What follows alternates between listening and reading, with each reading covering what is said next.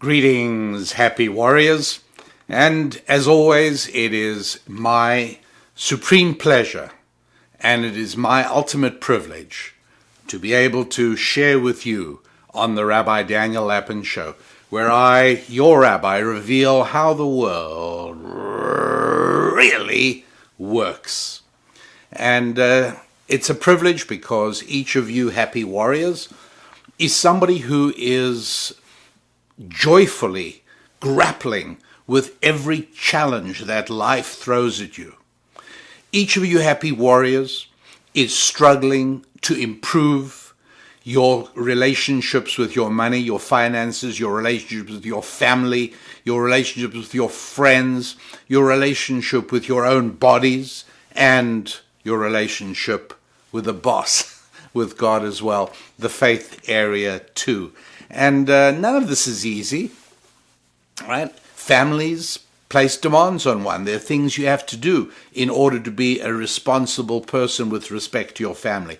There are things you have to do to be responsible about your finances. There are things you have to do to be responsible as a friend. Not necessarily always doing everything or feeling required to do everything that is asked of you. Sometimes some of the hardest things are saying no, to knowing where boundaries are, to know what your own limits are.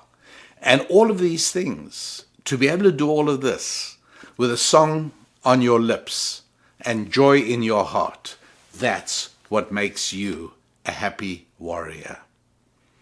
When your children are not even aware of how stressed you are by a work challenge, when your friends are able to relate to you and you're able to relate to them and you're able to keep appointments and maintain relationships even when things are tough, and to do all of that with a spring in your step and a song on your lips, all of that is what makes you a happy warrior and what makes me, your rabbi, feel as privileged as I do.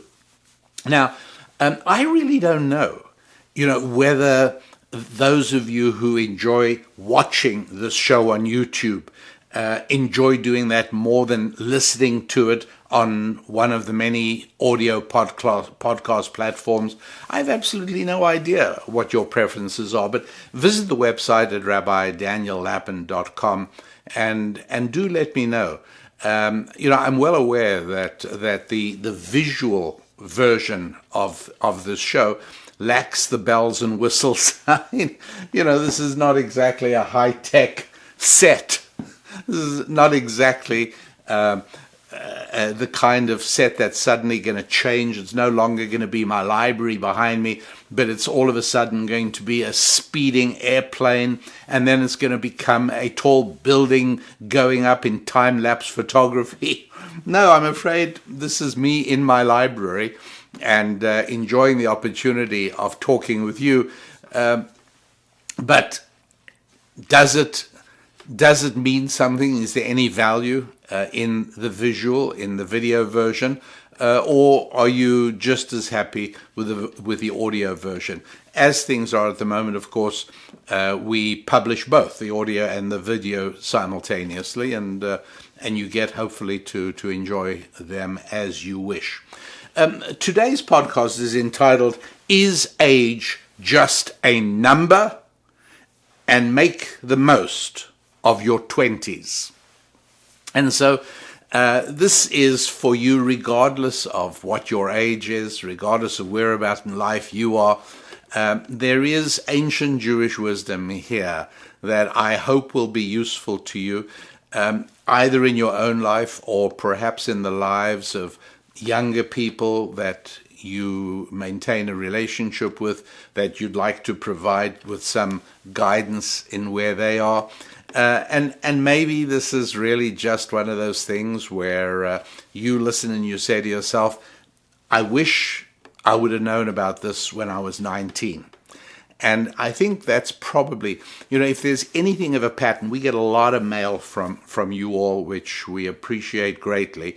And if there is anything of a pattern, if there's anything that is a regularly reoccurring theme that crops up again and again and again. It's when we get letters that say, I wish I would have known what you've taught when I was 18 or when I was 19 or when I was 20. We get that an awful lot, and yes, regret is painful.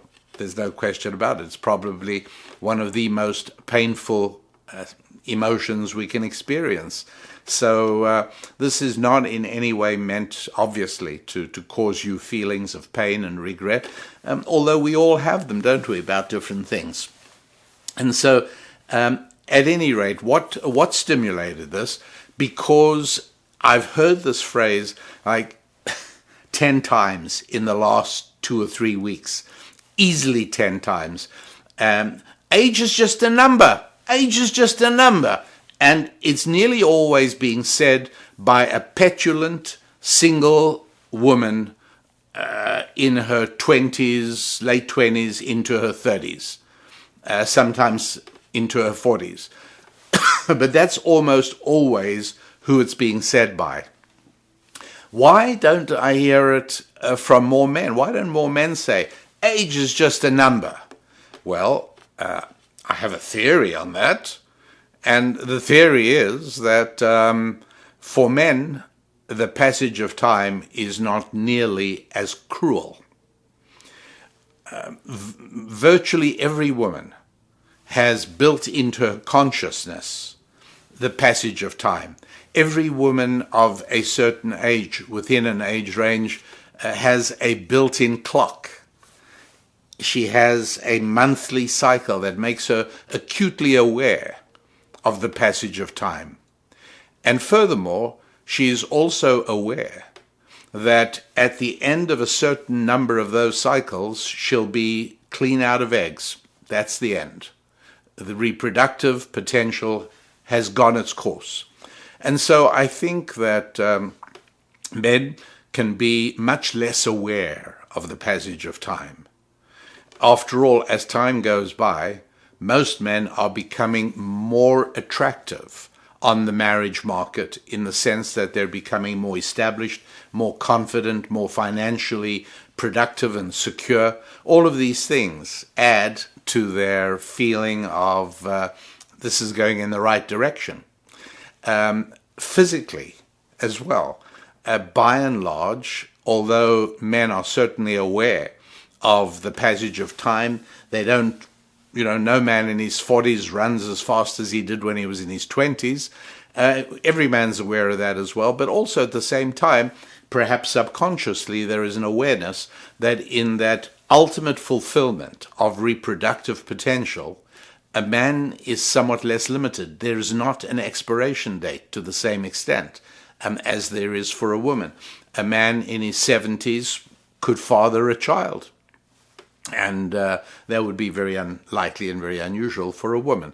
So I do understand why it is that more women tend to use that phrase, oh, age is just a number, doesn't mean anything at all, because it's invariably being said by women who are painfully aware of the passage of time and painfully aware that they are less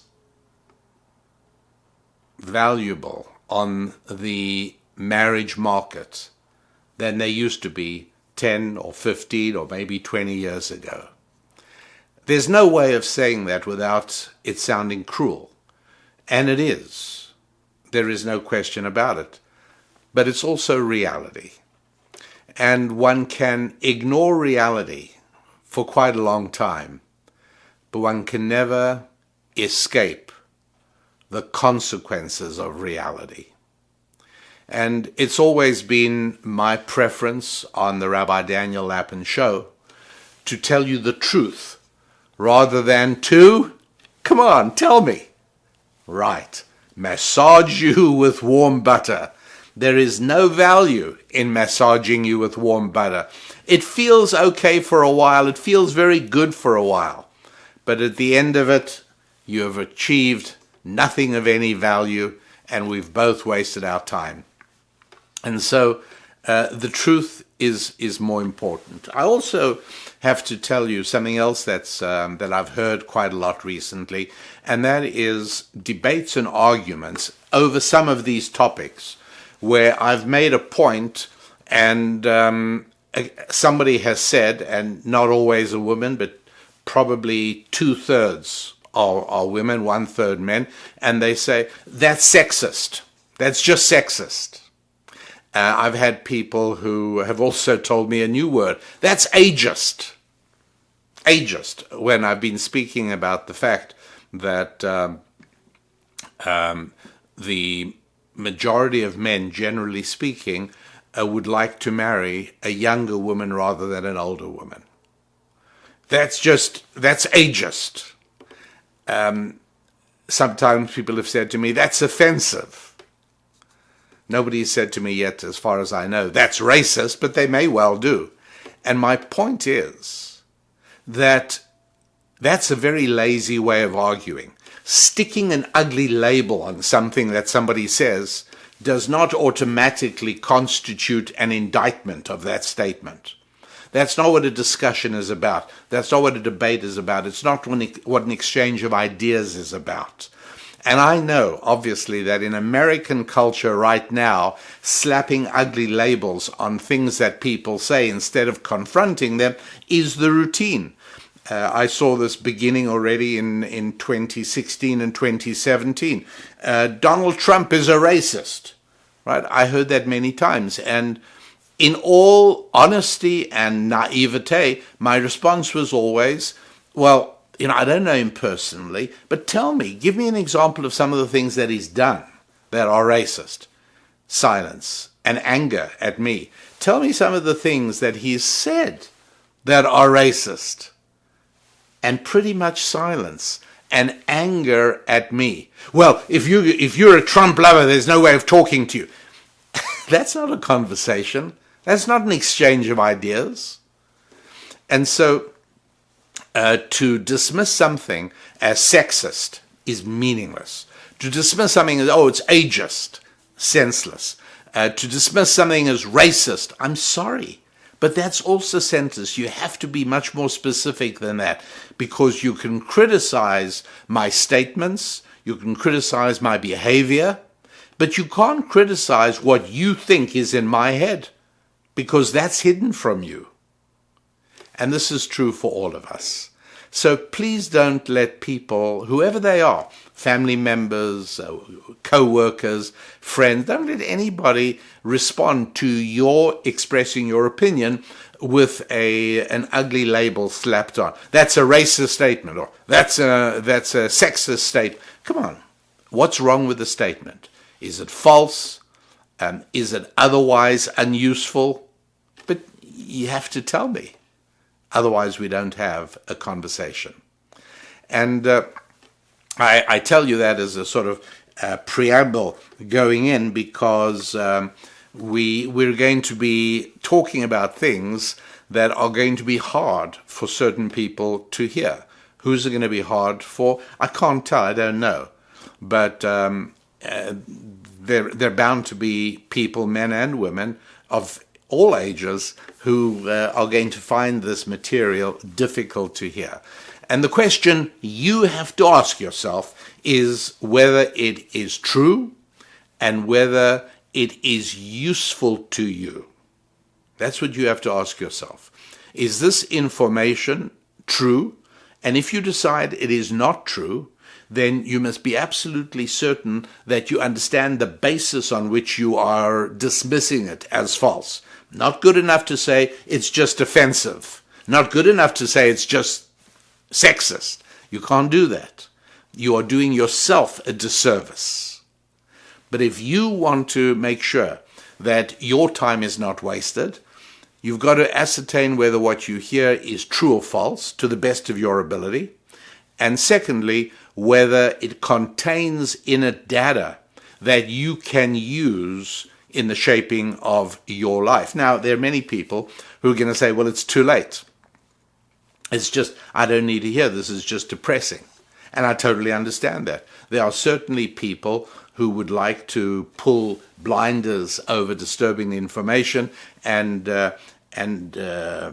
prevent themselves from having to face it and confront it. And I get it. Look, it's emotionally painful. I totally understand it. But it's also not very mature, and it's also not the most effective way of living. Because, yes, there are many things that it's too late for you or I to do. Of course there are. There are certain things you can only do when you're in high school. There are other things you can only do when you are single. There are decisions to be made, and you reach a point where you go beyond those decisions, and then it's too late. So, for one thing, you can automatically dismiss nostrums like, oh, it's never too late. Yeah, it's actually often too late. I mean, got to realize that you can't run your life on slogans, and worse yet, on false slogans. That makes no sense at all. And so, for happy warriors who can confront difficult information, challenging information, and can overcome cognitive dissonance. Cognitive dissonance is the term used to describe the very human tendency to block off painful information. I get it. We're all susceptible to it. So let us carry on and let us delve into the material. Age is not just a number. Okay, is age just a number? No, it's not. And when people say, oh, age is just a number, they're deluding themselves seriously.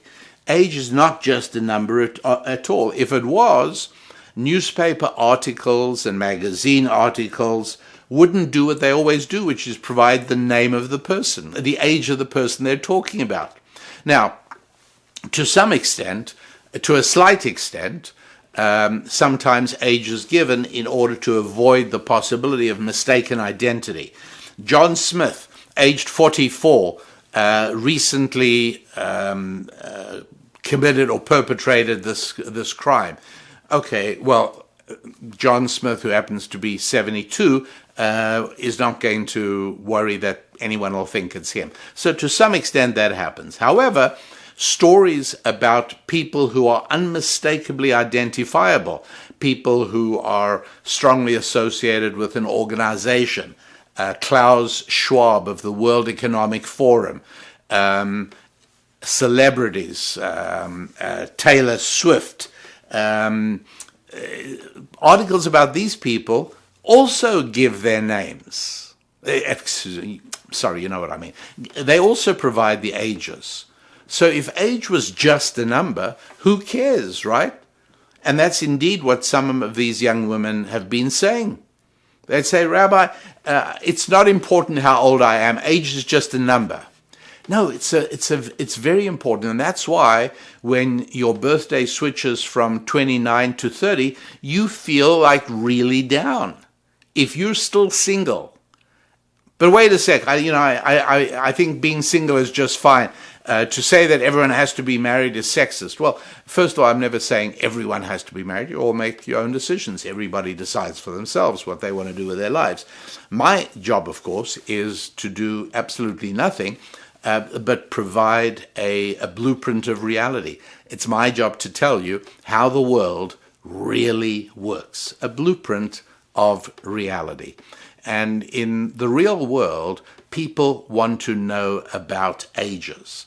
And that's why if you read business magazines, right? I read several business magazines. Almost every story that involves a person who has bought into a new company, a person who started almost always the age is given. Almost always.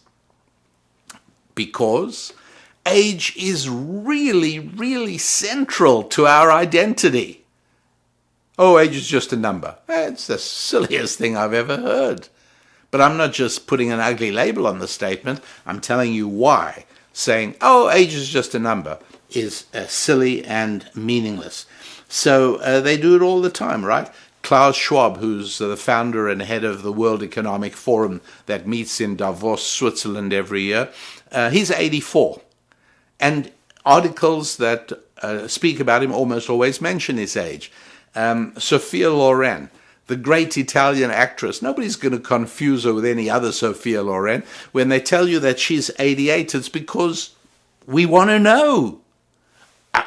We are interested in the age of other people, not necessarily to the year or to the date, but approximately we like to know. Elon Musk, right? Extraordinary businessman, very interesting person, unpredictable on many levels, but look what he's achieved. Don't you want to know how old he is? 51, I think, as at least of the time of preparing this show for you. Taylor Swift, right? The singer, the entertainer, she's 33. Now, if you never knew that, if you knew a lot about her, but you never knew her age, which I think is unlikely, because anyone who's interested in her probably knows her age already. But it's relevant. It's not just a number. It really is important. It's part of an identity. And so somebody who has achieved a certain, let's say this woman, she's married and she's raising 3 terrific kids. There's a big difference between whether she's in her 20s or whether she's in her late 40s. It's a different story entirely. Somebody has started a company that has taken off and is very successful. If he's 27, that's different from if he's 57. It makes a difference if you think about it. So age is not just a number. And if you feel I haven't yet made the case that age is not just a number, let me go a little bit further into the heart of why age is not just a number.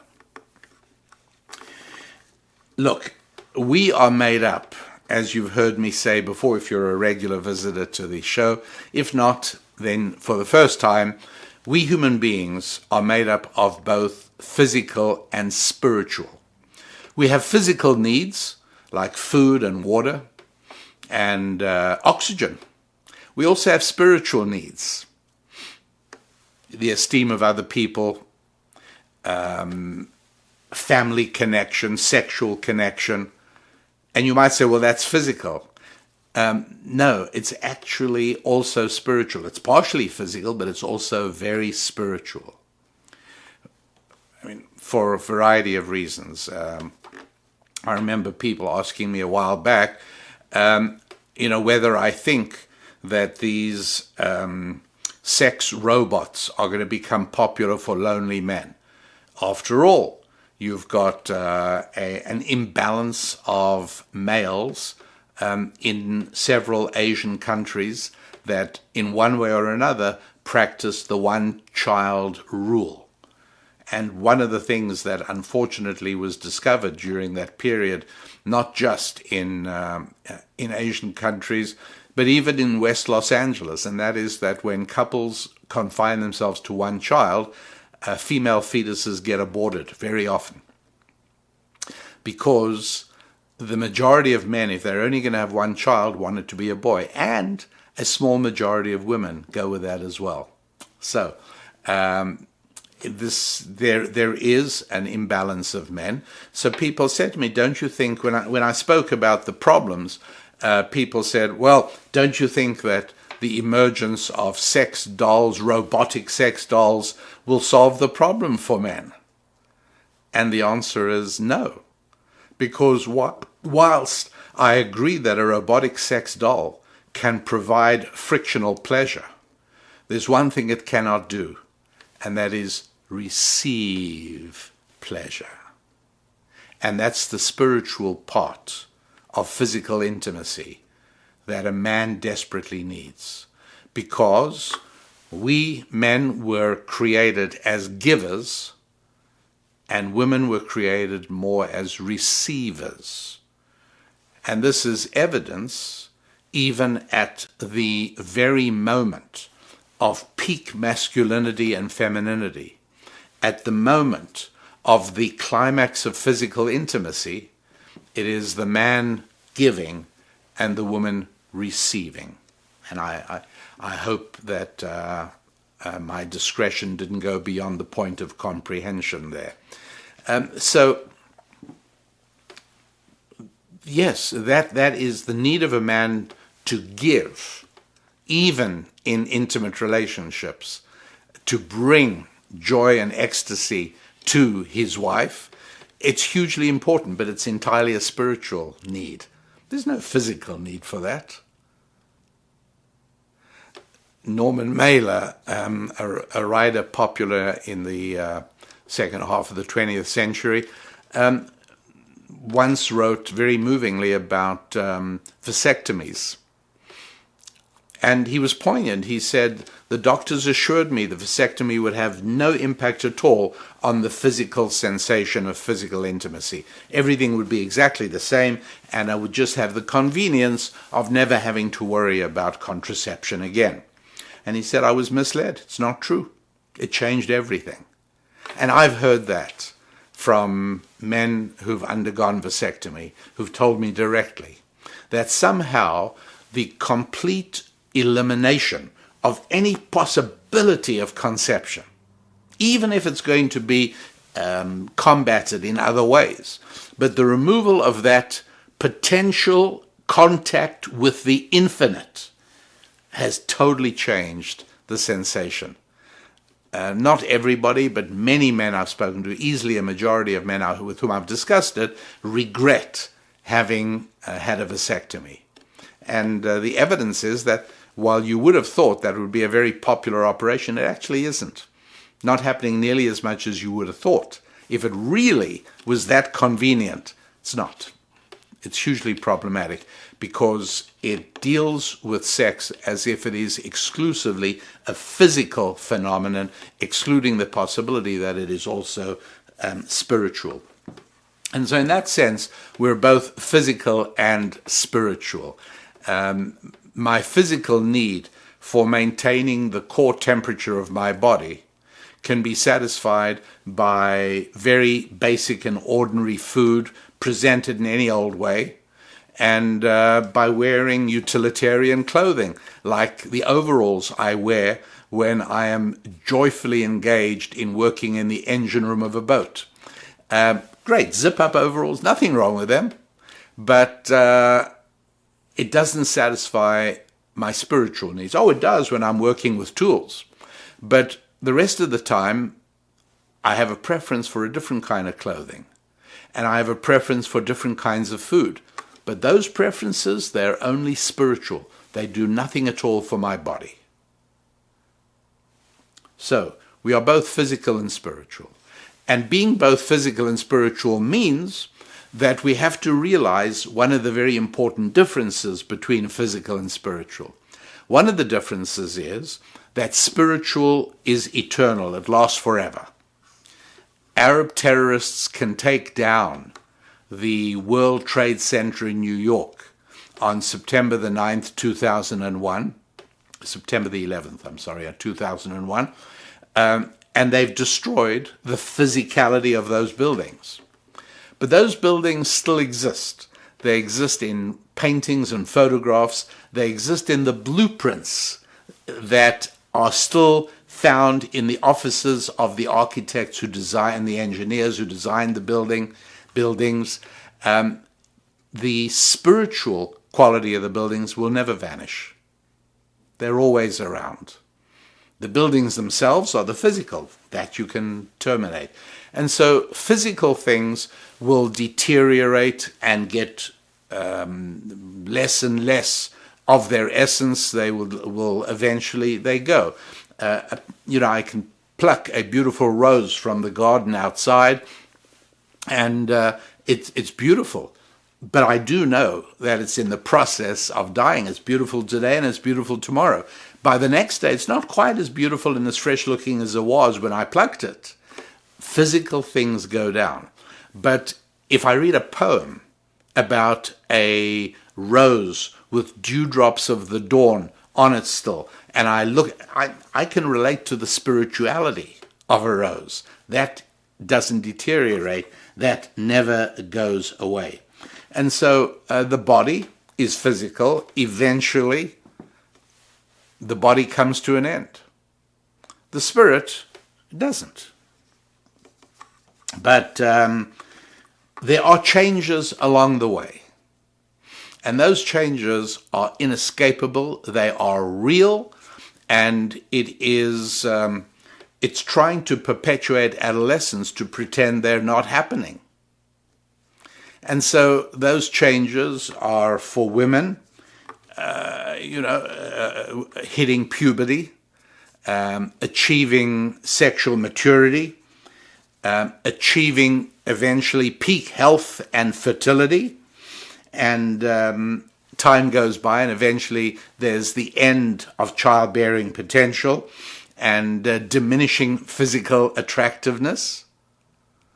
Those are stages in life, and they are real. Age is just a number? No, it isn't. It tells me whereabout in each of these stages I am, or whereabout the person with whom I'm talking is. For men also, childhood, puberty, sexual maturity, peak productivity, maximum potential, strength and achievement, diminishing strength, diminishing attractiveness, weakness. These are phases in the life of a person. You have to recognize them. And why do people say, oh, age is just a number? Well, I've already explained, because if their general feeling is that time is going by and they've not done or been doing or are doing the things that are appropriate for that age, then they have to say age is just a number. And they do not want to be reminded of the fact that age is real and that time is passing by. And so I'm going to explain exactly what this means. But first of all, let me talk for a moment about how this show is sponsored, because happy warriors do not like charity. Happy warriors like paying their way with pride and confidence and conviction. And many of you want to know, how do you go about supporting? How do you become part of this? And every now and then I like reminding you, because many of you really, really want to know. And the answer is, become a member of our Happy Warrior community. That's right. All you have to do is go to the website, rabbidaniellapin.com. You can also go directly to the website, wehappywarriors.com. wehappywarriors.com or rabbidaniellapin.com. And that way you can become part of the Happy Warriors community. You then support this podcast, and you become a basic, inexpensive member of the Happy Warriors community, and that means you get an opportunity to interact with other Happy Warriors and really feel the benefits of being part of a community, which is quite wonderful. You also get complete access to Thought Tools, which is an applied. It's a short. You can either read it or listen to it in audio. It's usually about a 3 or 4 or 5 minute read of a principle of ancient Jewish wisdom applied to improving your family, your friendships, your finances, your fitness, or your faith. Practical application of the underlying principles of the 5F. So on the website, you got access to all of that. You get access to Susan's musings, and those of you who get it, enjoy it. I hear from many of you. Again, it's wonderful. It's an enormous, exciting day-to-day privilege to live with Mrs. Susan Lapin.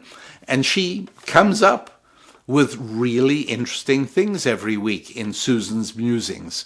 So you got that. And then you've got our Ask the Rabbi, where we select a question from the many questions that come to us, and we answer it. Again, you can read it or listen to it. And if you're a member, a basic member, that's all you have to be, of the Happy Warrior community, you got access to that. You can also join the conversation on these topics and communicate with other happy warriors. So let us know that you're with us, that you support us, that you are also a happy warrior, that you are willing to put your $5 or whatever it is on the line and to stand together with all of us here in the Happy Warriors community. So become a basic member, and you do that at rabbidaniellapin.com, or you can go to the wehappywarriors.com website and do it right there. You join us, and that way we build our community, it grows, and each and every one of us is better off by being part of a community of like-minded people who are trying to do exactly what you're trying to do as well. Okay, so that's the background on how the show operates and how we are sponsored and how we come into existence. And now I'll take you into a little bit of ancient Jewish wisdom. So about 2,000 years ago, round about the time that Jesus walked in Israel, the Mishnah, the scholars who had been trying to preserve the oral transmission of the Torah, decided that although it was against the rules, the urgency of the circumstances required that they write down a lot of the material. And they wrote it down in a encoded format known as the Mishnah. And the Mishnah is made up of 6 sections. The first 2 sections concern the physical world, and they are broken down into space and time. The second 2 sections concern human relationships, sexual and financial. That's right.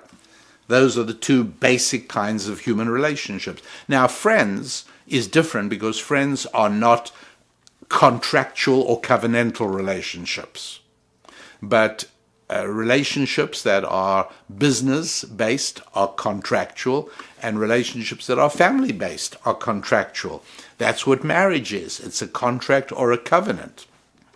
And so, and the last 2 have to do with the spiritual world. So it's the physical world, the spiritual world, and human relationships. That's the sequence, that's the way in which the Mishnah was structured.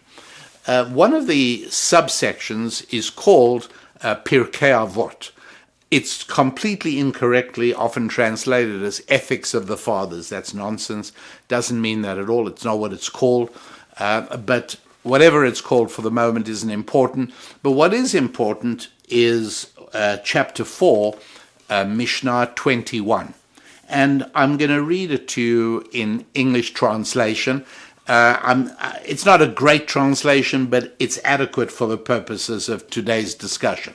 Here it is, Pirkei Avot, chapter 4, Mishnah 21. At 5 years old, a person should start studying the Bible. At 10 years old, the person should start studying the Mishnah, the oral tradition. At 13, the person should accept upon himself or herself the obligations of the commandments of the Torah, of how we ought to live. At 15, the person should intensify their study. At 18, they should get married. At 20, they should throw themselves into building up their life's work, meaning they're finding their field, how they are going to serve God's other children. At 30, they achieve mastery. At 40, for deep understanding of how the world really works. At 50, to be an advisor. At 60, to be an elder, and so on and so forth. The numbers aren't so important. What's important is this teaching that there is a progression through life. And for a man to suddenly start worrying about what he's going to do to make a living when he's 47, is a disaster. It's an absolute catastrophe.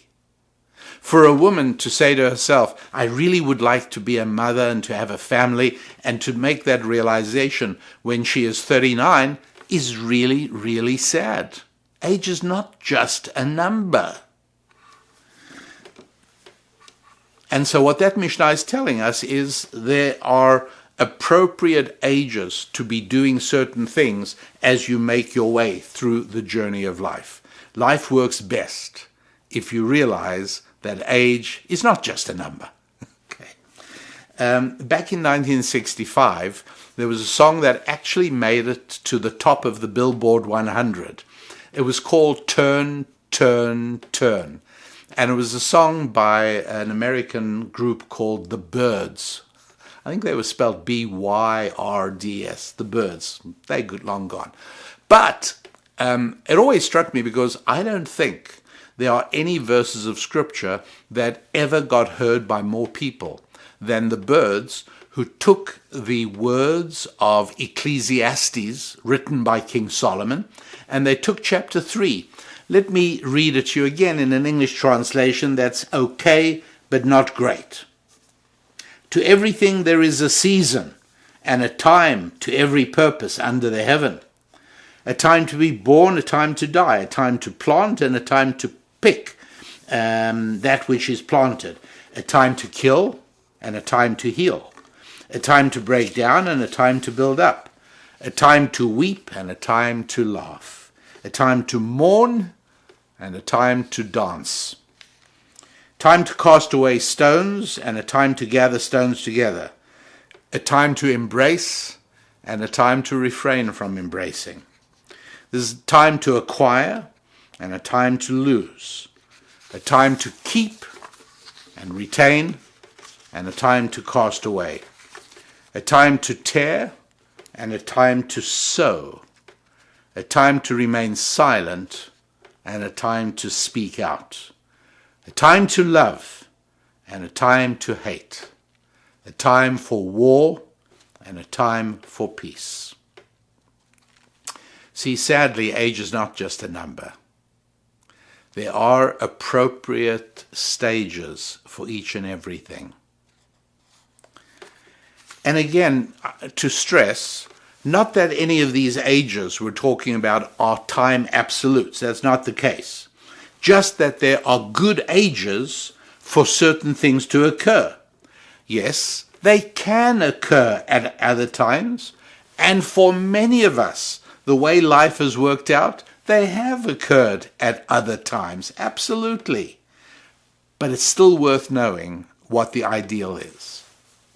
And this is true, right, in engineering. A city or a country might come to an engineer and say, build us a bridge. And in fact, in 1890, across the Firth of Forth near Edinburgh in Scotland, I think they were Scottish, but I'm not sure, two British engineers built the Great Forth Bridge. And it was a remarkable thing. It was a huge cantilever bridge. And you've got to remember that in 1890, there were no electrical tools. There was no such thing yet. And what's even worse is that just about 10 years earlier, there'd been a dreadful Scottish bridge disaster. The Tay Bridge failed, also a steel bridge, and it plunged a fully loaded train into the freezing waters of the River Tay. Everybody drowned. It was an absolute calamity. And you would have thought that Scotland would have just had enough with steel bridge building. And yet, 10 years later, they build this phenomenal girder bridge. The engineer who was the foreman of construction was a Japanese engineer. It's just funny how these things work. He was a young man who went to Scotland. In those days, Scotland was the seat of engineering. So much so that all the way up through the Second World War and beyond, the engineer on a ship was almost always called Scotty. Just because most likely he was Scottish. The engine, and I have so much interest in this particular phenomenon that, I mean, you think of many of the engineers who brought the Industrial Revolution in the middle of the 18th century to pass in the United Kingdom. Scottish engineers again. It's extraordinary. That's why it is a topic for another discussion. But why I tell you this is because building a bridge is not simple. There is, for any particular bridge location, there is the ideal, and then there's what you've got to fall back on because circumstances don't allow the ideal. So the second best becomes the best by default, as it were. And it's like that as well, that even though, for various reasons, for many of us, a lot of these things I'm talking about are no longer actually applicable. So why do I talk about them? Not to make you miserable, not to fill you with regret or to fill myself with regret. No. Because when you understand the fundamental engineering principles, even if you cannot apply them exactly to your own life, you at least then are in the best position to re-engineer, make changes to your life. You follow what I'm saying? It's really important. So I'm telling you how, shall we say, how marriage ought to ideally work. Well, too late for me, too late for you. No, not really. Because if you understand the principles, it is possible to make course adjustments that you could never make if you didn't understand the fundamental principles. And so, yes, there is the right age for everything. Or shall we say perhaps the right phase of life for everything? Sure, of course. Does it mean that all of us have played it right and that all of us have... No, it doesn't mean that at all.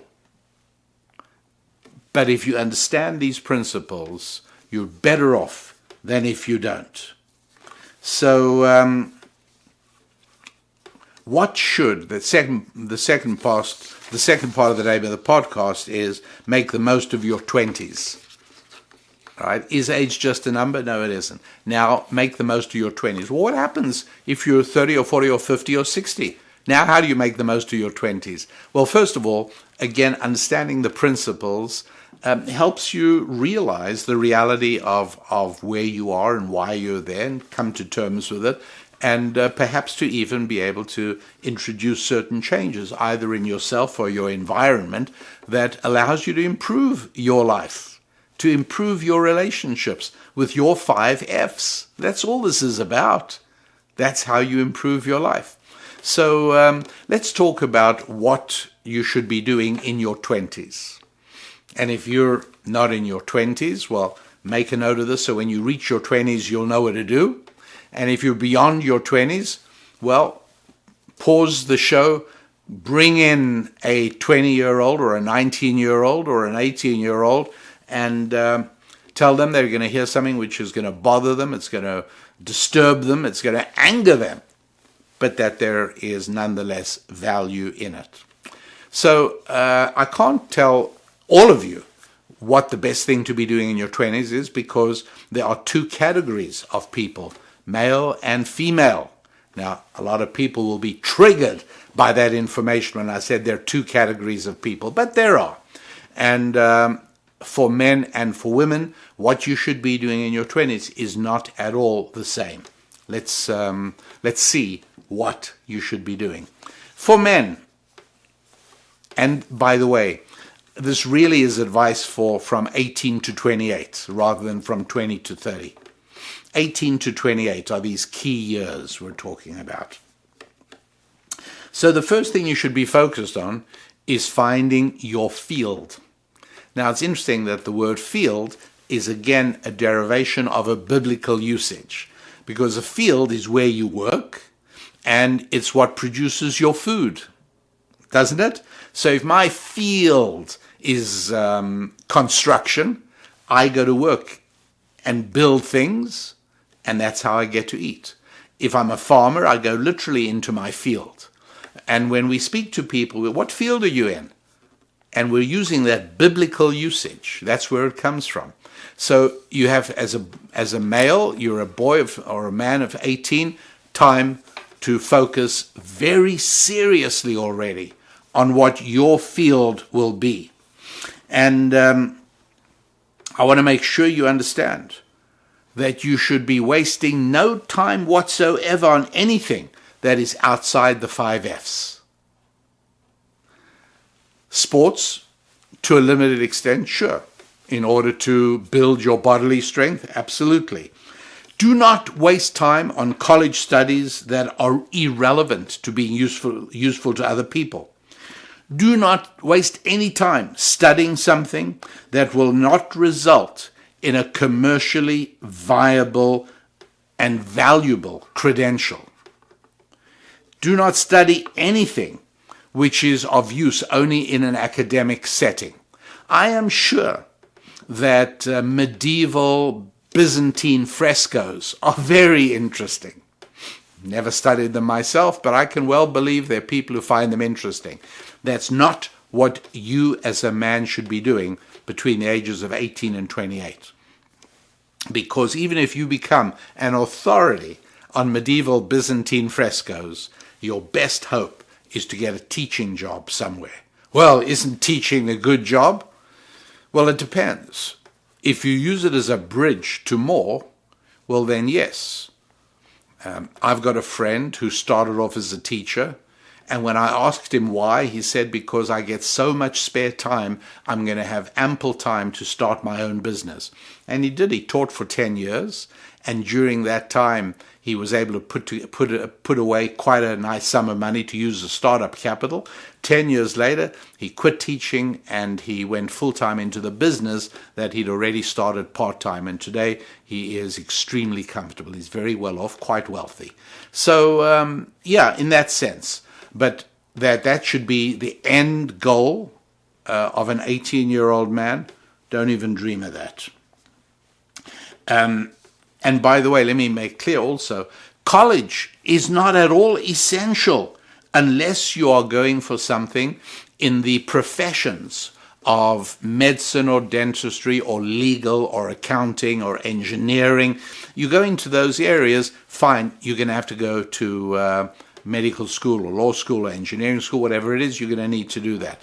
But it's not essential at all, because you could just as well go to work in a trade. You're 18 years old, you're done with school or get out of school, it's enough already, and go and work in a trade while being committed to growth and being committed to excellence. You take up a trade and you make sure that you do not just see it as another day's work, but each day is an opportunity to excel and to grow. Within 4 years, you'll be starting up your own company, something. I'm not worried about it. It happens all the time among people I know. Be aware of that. It's rather than wasting 4 years at a community college, or any college for that matter, where you don't know what you're doing, and you're going to be taking comparative art, and you're going to be taking, God forbid, gender studies, or the ignoring of race in middle period English. Do me a favor. Do not dare waste your valuable years. That's exactly what Ecclesiastes is talking about, exactly what the Mishnah is talking about. We're talking about the years 18 to 28. You've got to make sure that you make progress in finance and family. We'll talk about that. So whatever it is, get to work. Acquire skills and experience and reputation. Get your reputation as somebody who delivers more than he promises. Wonderful. You're on your road. You will find yourself in an excellent position. So around the same time that your friend is graduating from his 4 years of college with an utterly useless degree in a field that nobody will hire him, and he's just becoming aware of this gigantic scam that is being perpetrated on young people in the United States of America. Borrow money, borrow money, borrow money, and get your university, your everybody should go to college, said Michelle Obama. Yes, that's right. So you graduate after 4 years with a useless degree that will not get you a job, will not open any doors for you, and leaves you saddled with thousands of dollars of debt. Really? Round about the time that your friend is becoming aware of what a horrible mistake he or she has made, you will be 4 years into your work, and you will already have broken through into something limitless in potential and something very, very exciting.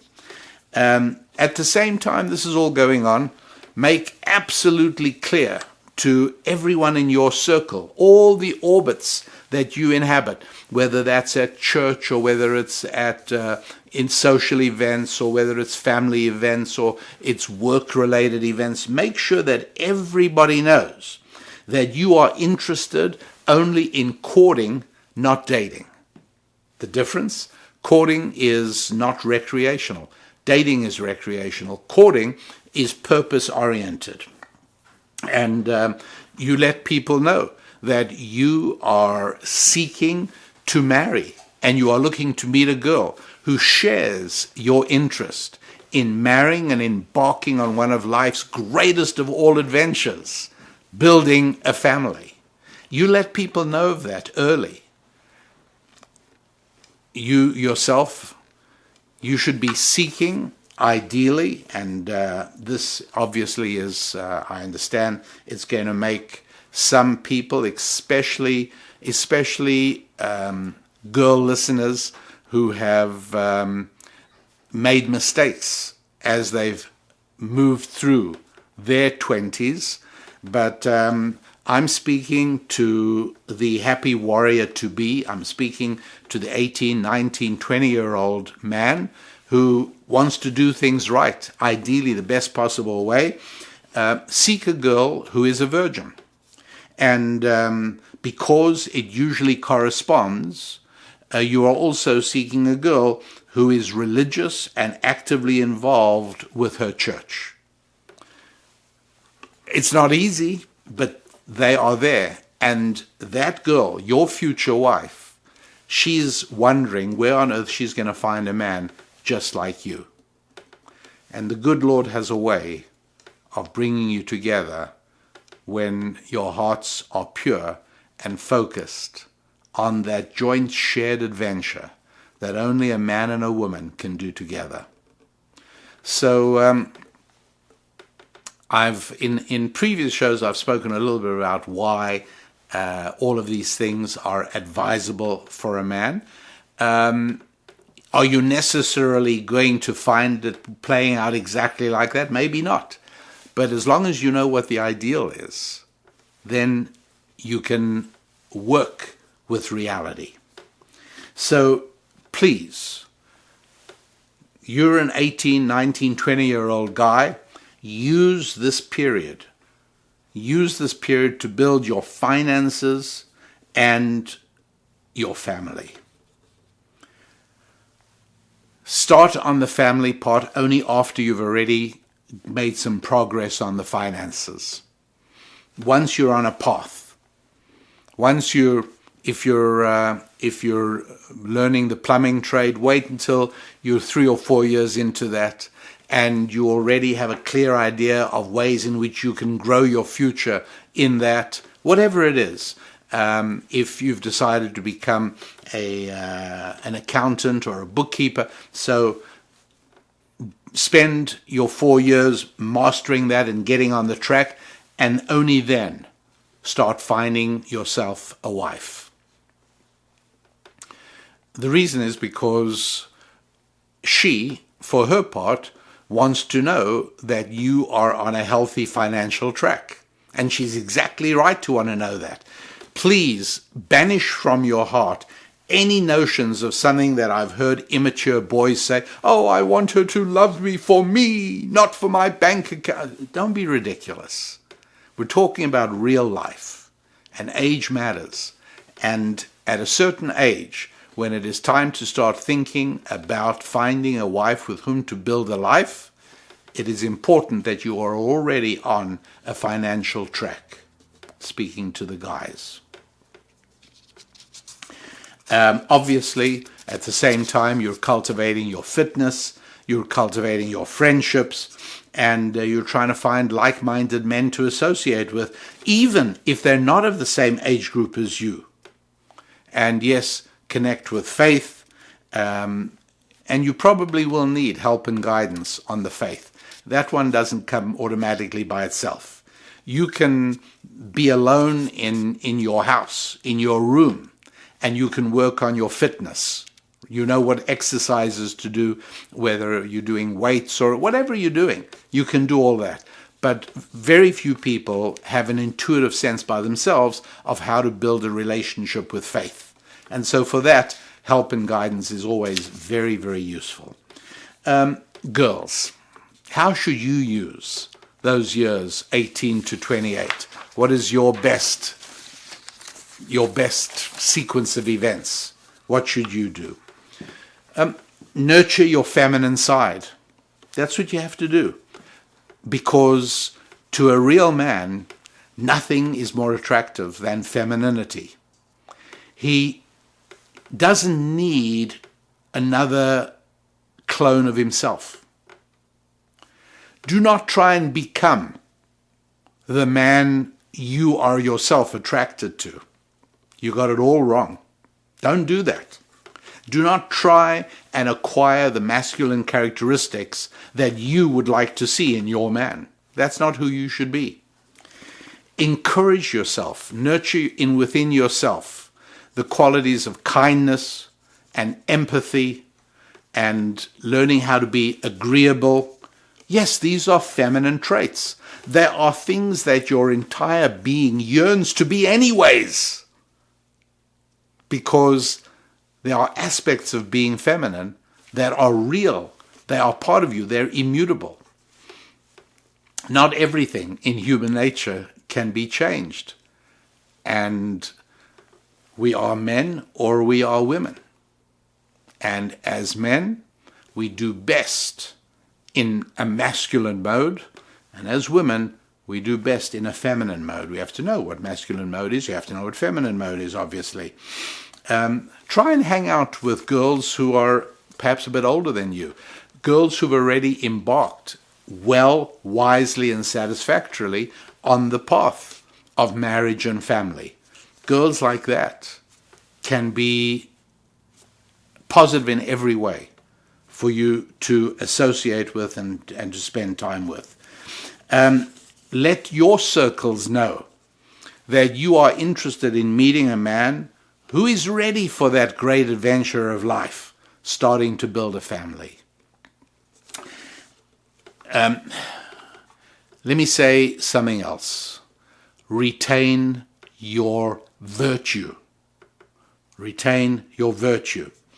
And avoid spending alone time with unworthy boys. Not worth doing. Damaging to your reputation. So guard your heart. Don't let yourself get emotionally involved with wrong guys. And guard your reputation. Don't get involved with unworthy guys. It's just not worth it. Become knowledgeable and experienced at homemaking skills. Those are the things that will endear you to your future husband. Find and become good at work that you can do even after you are married and even after you have children. Work that won't overtake your whole life, but work that will adjust to the important parts of your life. Work that will not become an end in itself, but work that will facilitate the ends in themselves, facilitate the more important parts of life. Find and become good at work that will fit into a schedule of being a wife and a mother. And so, objecting to things that I've said on the basis that they're sexist or racist, or by the way, old-fashioned. Here's another thing people sometimes say to me. You know what, this is 20, whatever it is, we're no longer in the 1950s, you know. And the answer is, you will be astonished how similar human nature of the 2020s is to human nature of the 1950s. You can fool yourself only so long. You can try and mislead your body into being something that it isn't, only so long. But in the final analysis, there are things that 99.7% of men want, and there are things that 99.7% of women want. And if you're a guy, you need to spend those 10 years from 18 to 28 becoming all the things that a woman needs in a man, because that will lead to the ultimate fulfillment for you. And for a woman, these years from 18 upwards, an opportunity to make of yourself everything that is desirable and attractive and venerated and respected and loved by a man, because that way leads to ultimate true fulfillment for you. I referred earlier to 7 verses from Ecclesiastes. And I'm going to recommend that you take your Bible, and if you don't yet have a Rabbi Daniel Lapin recommended Bible, well, that's a shame. Use any Bible then, better than nothing.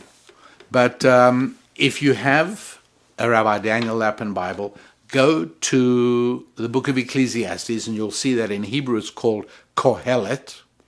And yeah, I know you don't read Hebrew, that's fine. It's actually transliterated in the Hebrew in my recommended Bible, which you'll find on the website at rabbidaniellapin.com. And I want you to take a look at those 7 verses, because they contain 28 different events. You know, like I said before, a time to love, a time to hate, a time to pile up stones and build, and a time to break down. There are 28 of those different events. And each one of them, we're told there is a time for them. Now, some of those events are under our individual control, others are not. For instance, there's a time to love and a time to hate. Yeah, I can decide whether I'm going to love or hate. There's a time to be happy and a time to mourn. Yeah, I can decide those things, absolutely. There's a time for peace and a time for war. I have zero control over whether the country in which I live is at peace or at war. No control at all. So what is Solomon telling us here? And the answer lies in the 9th verse. In Ecclesiastes, much later, chapter 7, verse 6, I think it is. No, it's not. It's chapter 7, verse 8. And there it says, better is the end of a thing than its beginning. And the idea is, don't try and judge the beginning of something until you've studied the end. And the verses can be understood in this way as well. Here's what Solomon is telling us.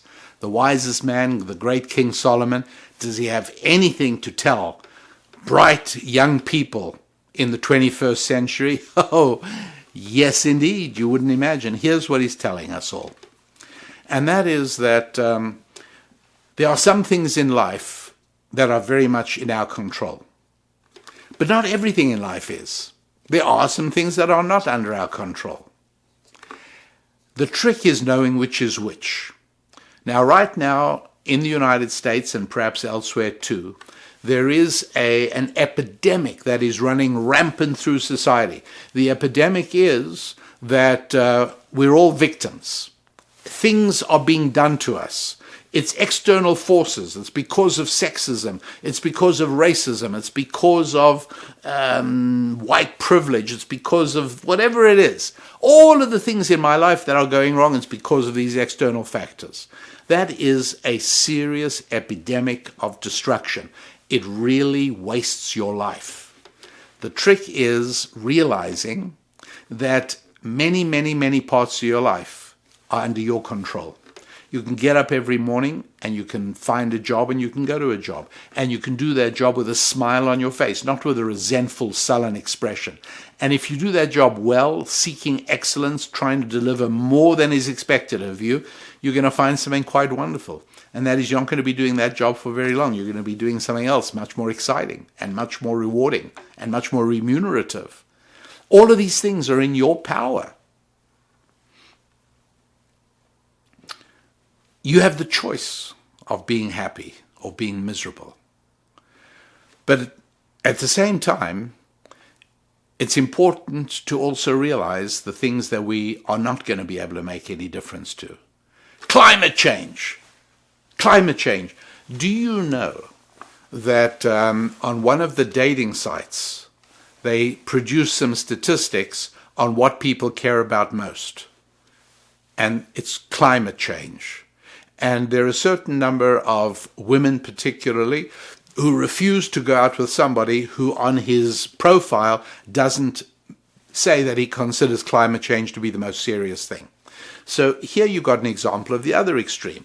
The first thing I spoke about was where we are so sure that external malign forces sculpt our lives and we're powerless to do anything to shape our lives ourselves.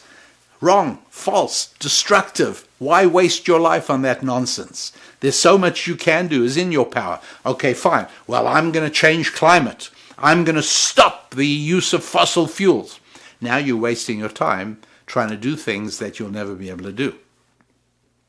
It's very simple. Because where you live, the total production of carbon dioxide is probably about 10% of the entire world's production. When you come up with a way to stop fossil fuel use, and I don't think of fossil fuel, I think of God-given fuel, and I don't believe that climate change, man-made climate change, is a big threat. I just don't believe that. Well, all the scientists say that. I've covered that in other podcasts. I've spoken about why there's no reason to regard scientists as more committed to the truth than politicians or anybody else. And they all have their biases, they all have their emotional commitments, and they all seek the same prominence and prestige and power and government grant money, and all of that is shaped around certain popular ideas that constitute a virus in society today. But fancy that. Fancy limiting your romantic opportunities because of something that you can do absolutely nothing about. And so Solomon in the beginning of the third chapter of Ecclesiastes, if you read it through, you'll be doing something for your faith, and at the same time you'll be doing something for all the other F's in your life as well, the other 4, because it'll help you learn to distinguish between things that you can impact and that you should assume responsibility for, while on the other hand, there are things you ought not to waste time on. You ought not to expend your life in futility on things that are never going to come about to do anything. So that is an important thing. And if there's any stage at which it makes sense to end this particular discussion, this episode of the Rabbi Daniel Lapin Show, it's that. Absorb into your very being the things you can do something about in your life, and do them. And stop wasting time in a futile pursuit of things you can do absolutely nothing about. That's what Solomon teaches, and that is what I want to leave with you, happy warriors, because implementing that in your lives will do so much by way of improving your faith, your family, your friendships, your fitness, and your finances. Until the next time we're together, I'm Rabbi Daniel Lapin. God bless.